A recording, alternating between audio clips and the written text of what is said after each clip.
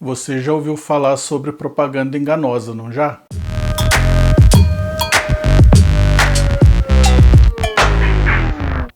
E já parou para pensar o quanto as religiões fazem propaganda enganosa hoje em dia?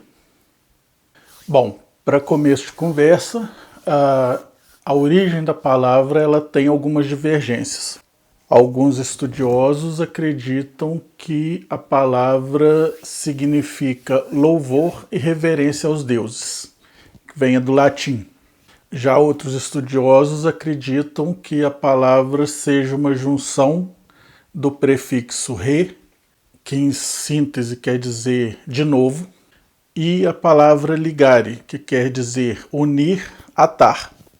Então seria religar, ou reunir, ou reatar.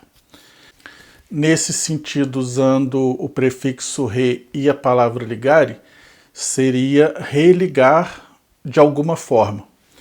Então, as pessoas que seguem essa linha de raciocínio interpretam que seria religar a um Deus, ou religar em espírito, ou religar espiritualmente, alguma coisa nesse sentido. O fato é que, quanto mais tempo passa, mais religiões vão surgindo. A gente pode observar que as diversas culturas ao redor do mundo, cada uma com as suas particularidades, elas têm os seus próprios deuses, e esses deuses eles têm os seus cultos, as suas cerimônias. Existe todo um ritual estruturado naquela determinada cultura, por aquele determinado povo e para aqueles deuses específicos. Certamente você já observou que os deuses são cultuados e que, de alguma forma, eles têm que ser representados. Em todas as culturas, sem exceção, as representações dos deuses, elas possuem características que são muito próximas daquele povo que cultua aquela religião. Ou seja, as representações dos deuses, elas se aproximam muito das características físicas daquele povo. Mas, por enquanto, vamos deixar isso para uma próxima conversa. Hoje eu queria falar rapidinho aqui sobre a propaganda enganosa dentro das religiões. Toda religião, sem exceção, a promessa dela é a paz de espírito. Muitas delas prometem até o perdão de Deus. Mas essa paz de espírito e esse perdão, ele é exclusividade daquelas pessoas que frequentam aquela religião. Ou seja, se você não frequenta aquelas cerimônias, aqueles cultos, ou faz parte daquele grupo, então provavelmente você não vai receber nem essa paz de espírito, nem esse perdão de Deus. Importante também que, além de participar das cerimônias, além de se comprometer com o grupo, você tem que se comprometer também na manutenção física daquela religião. Então você, de alguma forma, vai doar ou o seu tempo, ou o seu trabalho, ou o seu dinheiro, alguma coisa no sentido de promover a manutenção daquela estrutura, daquele grupo.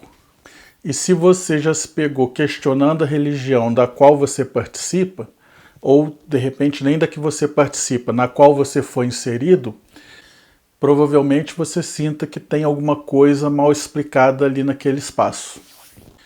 Uma coisa que a gente não pode negar é que as religiões fazem o que elas entendem ser o melhor marketing em termos de espiritualidade.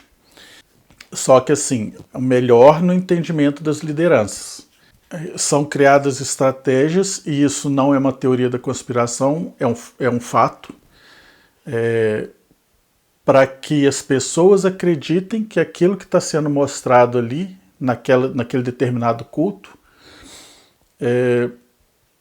são fatos reais, são coisas que acontecem de verdade, e que se você tiver associado àquele grupo, então você também tem acesso àqueles benefícios. É quase como um clube onde você paga uma mensalidade e tem direito de usar uma piscina, tem direito de usar um restaurante, tem direito de usar determinadas instalações como associado. É um conceito bem próximo à religião e um clube, por exemplo. Uma coisa que eu me pergunto sempre, se você se pergunta também, é se os líderes dessas religiões são transparentes. Será que eles estão dizendo a verdade? Será que eles estão mostrando tudo o que acontece ali naquele meio?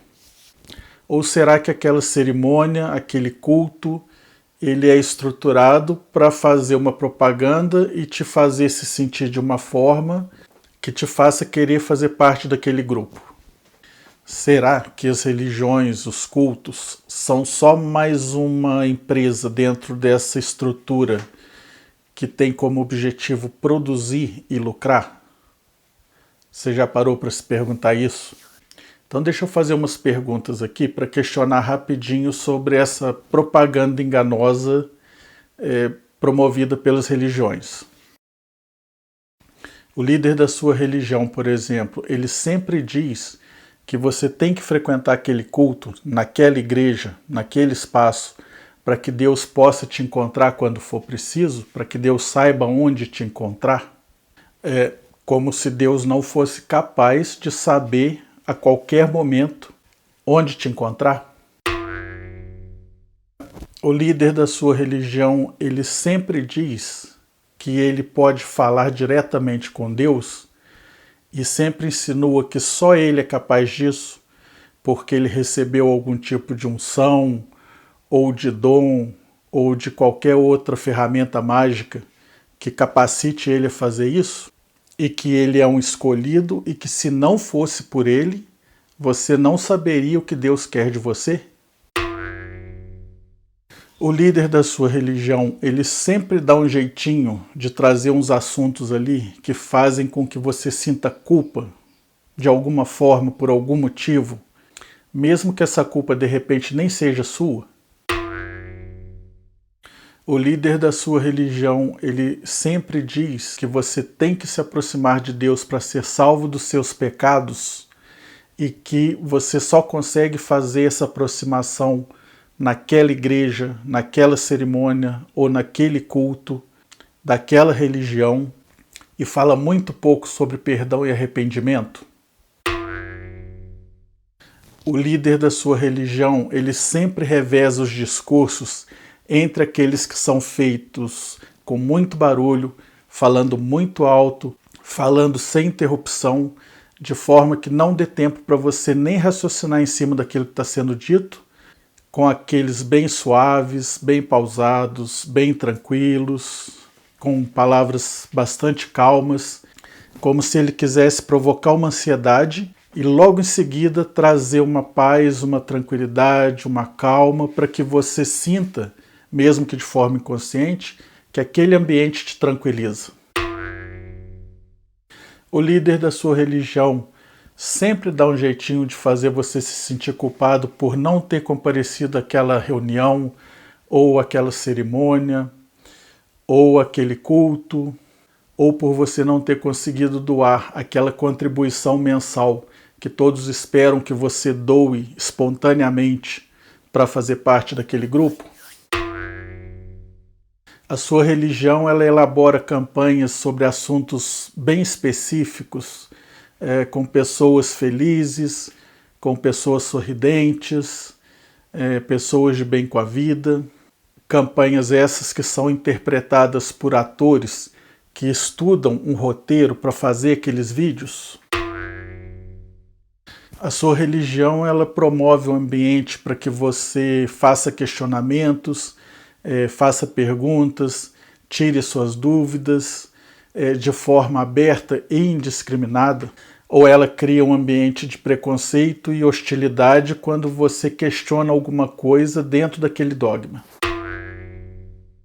A sua religião, ela recrimina que você estude sobre outras religiões, que você conheça como as outras religiões funcionam, insinuando que isso seria um pecado contra Deus ou mesmo falta de fé. A sua religião, mesmo alegando que Deus está em todos os lugares, ela recrimina a sua participação em outros cultos, em outras cerimônias de outras religiões. As pessoas que frequentam o seu grupo religioso elas se manifestam surpresas, horrorizadas ou até mesmo enojadas quando surge um comentário sobre algum aspecto específico de uma outra religião e que seja bem exótico para os padrões dessa religião que você frequenta? As pessoas do seu grupo religioso, elas constantemente usam trechos, citações, para ilustrar como um comportamento é certo ou errado e deve ser evitado ou estimulado a qualquer custo, mesmo que essas citações sejam partes bem específicas de trechos escolhidos a dedo para poder provar um ponto de vista.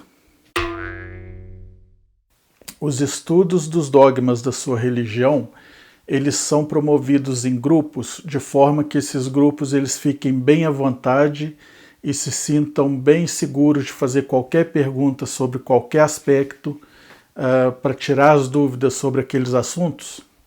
Eles são feitos de forma participativa, onde todo o grupo participa, ou ele é feito por uma pessoa que tem mais experiência no assunto, e essa pessoa vai lendo os textos e argumentando sobre eles, interpretando o que aquelas palavras querem dizer, e você sai dali com a sensação de que você só passou uma tarde na escola?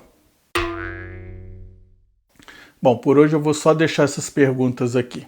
O objetivo aqui desse vídeo é convidar você a fazer uma reflexão de como você está lidando com essa questão da espiritualidade na sua vida. Se isso é uma parte importante da sua vida, se você está se questionando sobre isso, se você tem as respostas que você procura dentro desse aspecto da espiritualidade e se você se sente à vontade dentro do grupo que você participa. Então, por enquanto é isso. Até o próximo bate-papo. Tchau!